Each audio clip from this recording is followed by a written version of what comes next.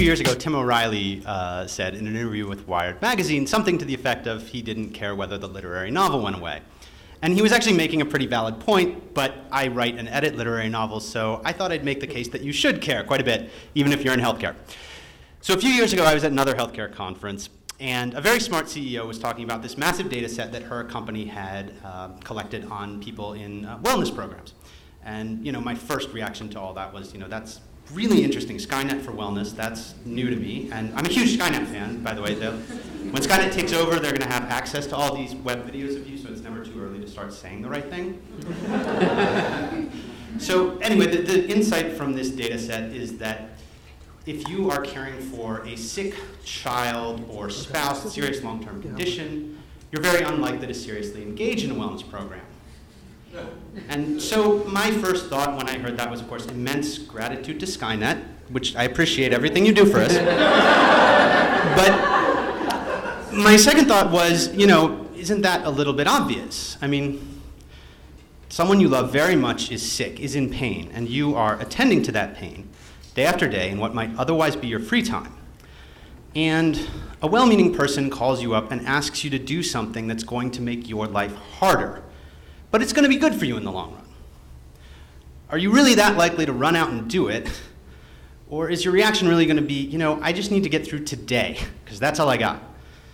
And it seemed to me that under the circumstances, most people was going to fall into the second category. That seemed pretty obvious to me, which got me wondering, why did it seem kind of obvious to me and not to the very smart CEO, not to mention a lot of the other very smart people in the audience to whom it seemed to come as something of a surprise?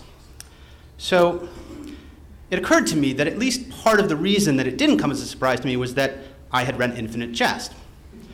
See, there's an amazing passage in Infinite Jest about a man with severe depression, not just the kind where you can no longer take joy in things, but the kind where emotional agony is as constant as breathing. And he's been living like that for 18 years, and he's still alive, in no small part due to the love of his wife, who, among the many things that she presumably does for him, holds him every night as he cries himself to sleep for 18 years. And the image of that, the difficulty of that, burned itself into my brain. So it never would have occurred to me that it would make sense for someone to call her offering her anything but immediate relief, because that's what she needs. And since that's a little gloomy, in a moment you're going to see some puppies. Apparently ahead of the time.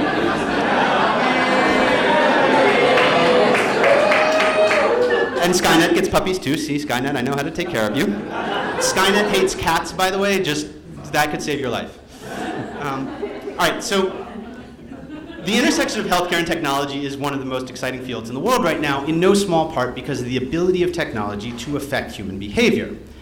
But any technology that's built to affect human behavior is necessarily predicated on a model of actual humans. And that model is a gross oversimplification. And there's nothing wrong with that, as long as we remember that it's an oversimplification, and that real people have very complex lives, far bigger than anything we can fit into our models.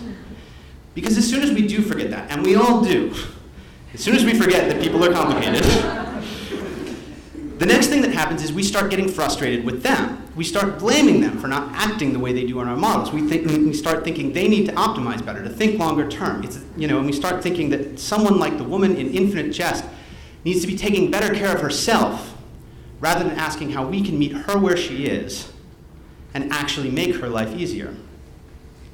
That's a hard thing to do. It's almost our default state not to do that, not to open ourselves up to the complexity and the difficulty of other people's lives. And yet that's what it takes to really help people.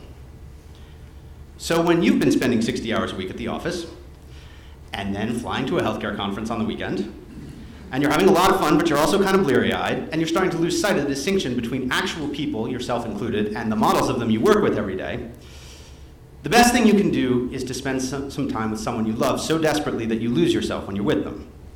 But the next best thing is to open a novel and put yourself into someone else's head and heart for a while. No other art form gets you there to that extent, and that's why you should care whether the literary novel lives or dies, even if you are in healthcare. And Skynet, you should scan some novels too, because you'll quickly learn there's a hell of a lot more to us than you'll find from Fitbit data and YouTube videos. Yeah.